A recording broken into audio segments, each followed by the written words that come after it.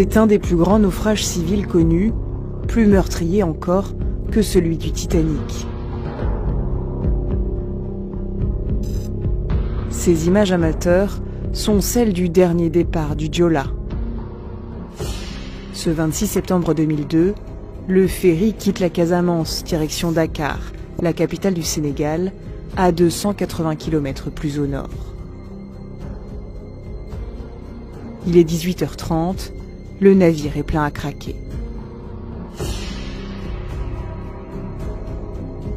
Quatre heures plus tard, le ferry se retournera totalement en 5 minutes, emportant avec lui la quasi-totalité des passagers. Parmi eux, des familles, des enfants, une équipe entière de jeunes footballeurs, des étudiants qui s'apprêtaient à faire leur entrée à l'université. Des 2000 personnes à bord, il n'y a que 64 survivants. Moins d'un an plus tard, l'État sénégalais classe le dossier. À l'issue d'une enquête bâclée, le commandant du navire qui a disparu dans le naufrage est déclaré unique responsable de la tragédie. Alors que s'est-il passé sur le Joola le jour du naufrage? 20 ans plus tard, l'analyse détaillée des rapports d'enquête français et sénégalais, les témoignages de survivants et notre modélisation 3D inédite éclairent les raisons du naufrage. Une tragédie aux multiples responsables, politiques et militaires.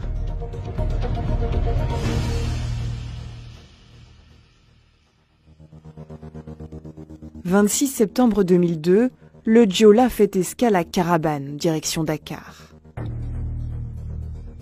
Le navire est surchargé. Ce n'est pas la première fois. Déjà en 1999, sur ces photos apparaissent 1700 soldats de retour d'opération. L'émission Thalassa avait pu filmer les conditions de transport de civils en 2001. C'est toute une vie qui est là, le Joola. Si vous voyez les gens, comment ils font quand le Joola est là, l'ambiance qui est là. Le bateau, le Joola, je l'avoue, ça fait partie de l'âme de l'économie du Sénégal. Long de presque 80 mètres, le Joola est un ferry construit pour transporter un maximum de 580 personnes. Le 26 septembre 2002, pourtant, selon le registre de bord, 809 billets ont été vendus. Voyagent aussi tous ceux qui ne paient pas, les enfants de moins de 5 ans, les militaires et leurs familles. En 3e classe, personne ne tient le compte précis des passagers.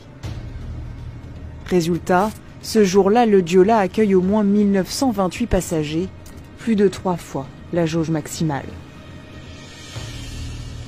Le commandant et le chef d'exploitation, les 2 responsables du respect de la jauge, laissent faire.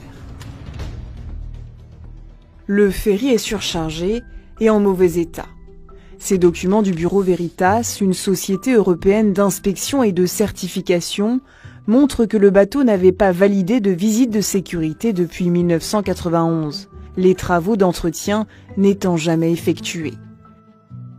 Conséquence, en septembre 2000, le Joola subit un retrait de classe. Le Bureau Veritas ne garantit plus qu'il soit navigable. Ces problèmes sont connus au plus haut niveau de l'État sénégalais et de son armée, car le Joola a beau être un ferry civil, dans cette région déstabilisée par des groupes rebelles, c'est l'armée qui en a la responsabilité. Dans les faits pourtant, l'état-major laisse dépérir le navire. Les multiples alertes qui lui sont adressées sur la situation préoccupante du bateau ne sont suivies d'aucune décision. Le soleil s'est couché à 19h. Le Joola fait route dans la nuit. Vers 22h, la météo se dégrade. Une violente pluie tropicale s'abat sur le bateau. 3 tonnes d'eau en quelques minutes selon les experts français. Exposés au vent et à la pluie, entre 300 et 500 passagers de 3e classe se réfugient dans la coursive gauche. L'équilibre du bateau est menacé. Cet équilibre, c'est l'un des points faibles du Joola. Toutes les images du bateau le montrent depuis au moins 1995, penché d'un côté ou de l'autre de plusieurs degrés. On appelle ça la gîte. Le gîtomètre fait une déviation à bâbord et je m'arrange à faire le maximum pour le mettre dans la lignée. Dans mon travail ici, c'est de dire aux gars, mettez ici, mettez pas ici, mettez ici, ici. Tout va bien. Alhamdulillah.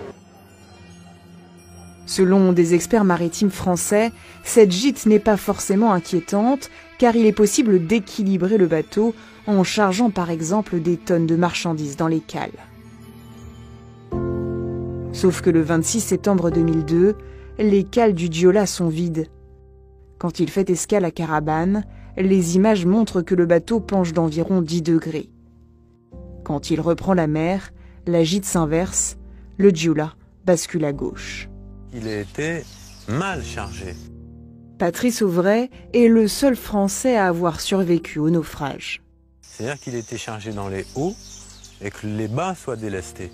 D'une part les ballasts vides, d'autre part les citernes de fuel avec 20 000 litres plutôt que 100 000, plus les réserves d'eau potable pratiquement vides, plus les bagages qui n'étaient pas chargés dans les soutes mais sur les ponts. C'était évident qu'il était instable, le bateau. À 22h30, la tempête s'intensifie. L'océan se creuse de plus de 2 mètres. Pour maintenir leur équilibre, les bateaux jouent sur les réserves de liquide qui peuvent être remplies ou vidées en fonction des besoins. Mais ce jour-là, la réserve de combustible est remplie à 20% et les citernes d'eau douce à 40% selon l'enquête technique. Les experts français supposent, eux, que les ballasts des réservoirs d'eau de mer n'étaient pas pleins. En soute, les marchandises et les véhicules ne sont pas attachés. Ils glissent progressivement du côté gauche. À ce moment-là, il n'y a plus rien pour faire contrepoids. Le bateau semble condamné.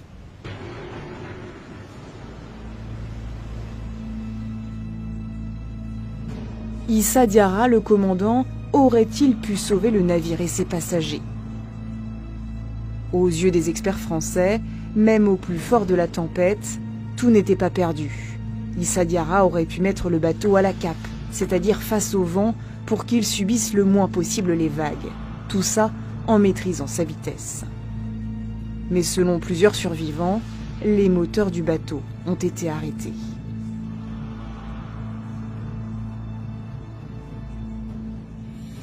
Mettre à bord, le commandant du Joola est-il pour autant le seul responsable? Selon le rapport d'enquête français, le personnel du navire, y compris le commandant, n'avait pas suivi les formations jugées indispensables par les conventions internationales. Les experts pointent du doigt celui qui aurait dû s'en assurer, le chef d'état-major de la marine sénégalaise, Ousseynou Kambo. Non seulement il n'a pas pourvu à l'armement du Joola avec un équipage qualifié, mais en plus il a aggravé sa faiblesse, quand en mars 2001 il a supprimé le poste d'officier énergie. Toutes ces tâches se sont donc trouvées reportées directement à la charge du commandant. Mal formé, mal encadré, le personnel du Joola a accumulé les erreurs professionnelles. Des images sous-marines, réalisées le lendemain de la tragédie, montrent que malgré la grosse mer, la porte arrière du ferry a été laissée ouverte, tout comme plusieurs hublots. On aperçoit même ces manches à air, coincées dans des hublots pour faciliter l'aération. Vers 22h50, le Joola se situe à 30 km de la côte. Un coup de vent frappe le bateau. Il bascule à bâbord, à 10 degrés, puis 12. Quand les 20 degrés sont atteints, l'eau s'engouffre par les hublots. À 22 degrés, c'est le point de non-retour. Le navire se retourne brusquement. Il est 22h55.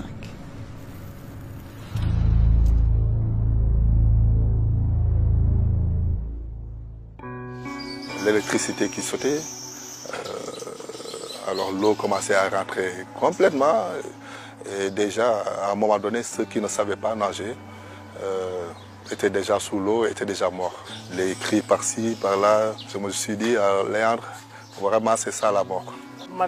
Je savais nager, alors j'ai essayé de me rappeler du chemin que j'avais pris pour entrer dans le bateau. J'étais en apnée. À un moment, j'ai perdu espoir. J'étais comme enfermée sous l'eau. J'étais épuisée. Je me suis dit, c'est la fin.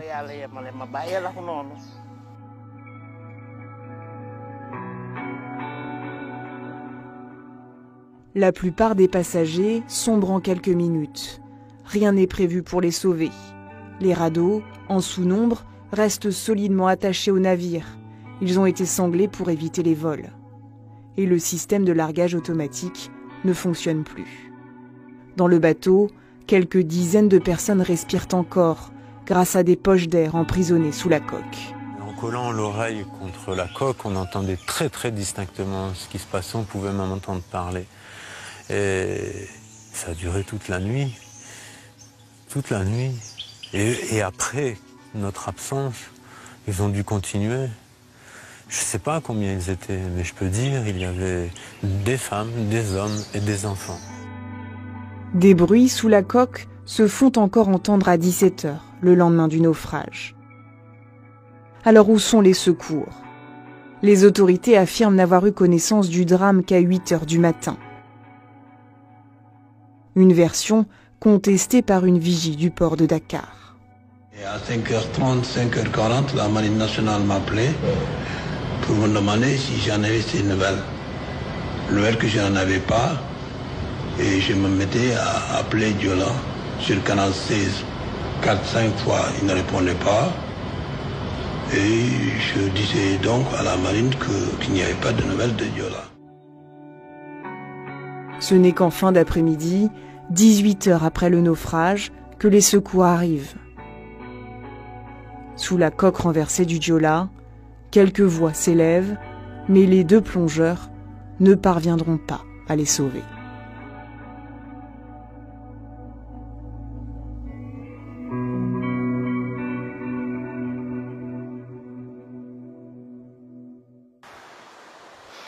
Au Sénégal, aucun procès n'a eu lieu. En France, la justice a été saisie par des familles de victimes et en 2008, elle a émis 9 mandats d'arrêt internationaux contre des responsables sénégalais, dont la chef de gouvernement de l'époque et 2 ministres. Mais tous ont été annulés quelques mois plus tard pour ingérence dans les affaires sénégalaises. En justice, et malgré la peine des familles, l'affaire Diola s'est arrêtée là.